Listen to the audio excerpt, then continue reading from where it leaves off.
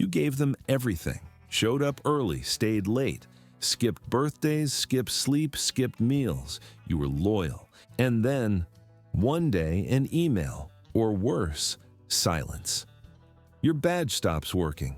You're no longer needed. Corporate loyalty isn't loyalty, it's conditioning. And if you still think it's a two-way street, you're walking alone. Because here's the truth. The only loyalty that matters in the late capitalism corporate world is the loyalty of profits to shareholders. Welcome to the fog of work. Stick around. By the end of this video, you'll understand how companies engineered the biggest emotional scam in modern employment, and why walking away from corporate loyalty may be the only sane choice left. Maybe you felt it too, that weight of being a team player, the unspoken pressure to go the extra mile, the guilt if you even think about leaving. They called you family, but they meant free labor. They gave you cupcakes on your birthday and a pink slip when the budget changed. Modern corporations don't see people. They see inventory, units of productivity, line items on a spreadsheet. If you're profitable, you stay. If not, you vanish. No exit interview, no thank you, just gone. Loyalty?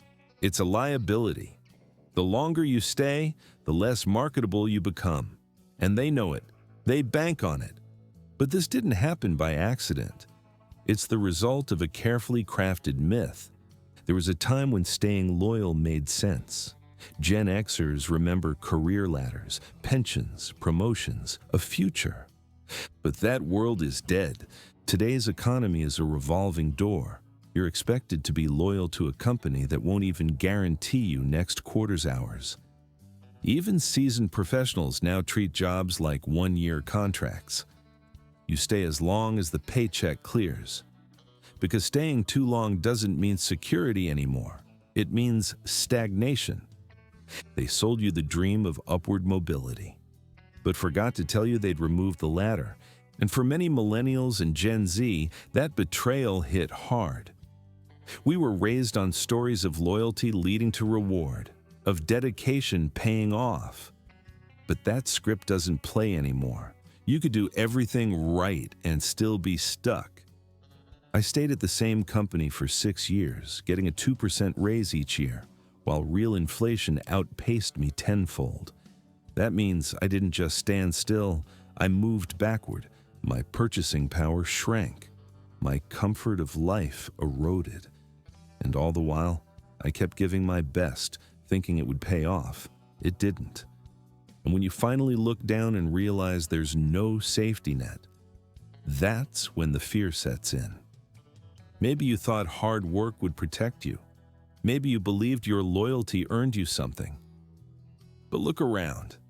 Companies are shedding experienced staff, outsourcing to the lowest bidder, automating roles, and calling it strategic restructuring. They want hungry workers who won't ask questions. Burnout isn't a bug, it's a feature. They extract every drop from you, then toss you aside. And when they say, "We're a family," ask yourself, what kind of family kicks you out for being sick, tired, or simply too expensive? That's not family. That's branding. And it's time we decode the message behind it. The "we're family" line is more than manipulation. It's control. Families don't make you reapply after a layoff. Families don't ghost you for asking for help. Families don't ask for unpaid overtime or expect you to smile while suffering. This is cult-like messaging. It blurs boundaries. It makes you feel selfish for prioritizing your own health, rest, or ambition. They condition you to internalize guilt every time you consider leaving, to believe that loyalty is moral and disloyalty is betrayal. But here's the twist. They never promise to be loyal back. And when that realization hits, it hits hard. Because the damage isn't just emotional. Loyalty limits growth. The longer you stay, the more invisible you become.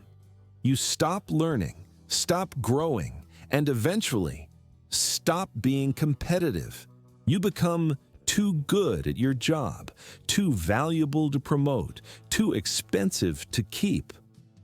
A study showed that loyal employees are often paid less than job hoppers by as much as 50% over time. Why? Because internal raises never keep up with market value, and HR knows you won't leave. I used to believe staying put showed strength, that it proved I was reliable. But all it did was lock me in place. The corporate world doesn't reward consistency. It exploits it. Loyalty in this system is punished, not rewarded. And if the financial cost isn't enough to wake you up, maybe the toll on your mind will be. Burnout is the modern workplace epidemic, not because people are weak, but because they're being broken. Toxic jobs rob you of rest, peace, and identity. You think about work in the shower, in your sleep, in the few quiet moments you try to steal for yourself. You wake up tired. You cry in the car before your shift. You fake a smile on Zoom, mute your mic, and scream into the void. Then you go back to smiling, and the company sends you a resilience webinar. That's the trade. Your mental health for their illusion of stability. And still, people stay because they believe they should be grateful, because leaving feels like failure, because loyalty is baked into their self-worth.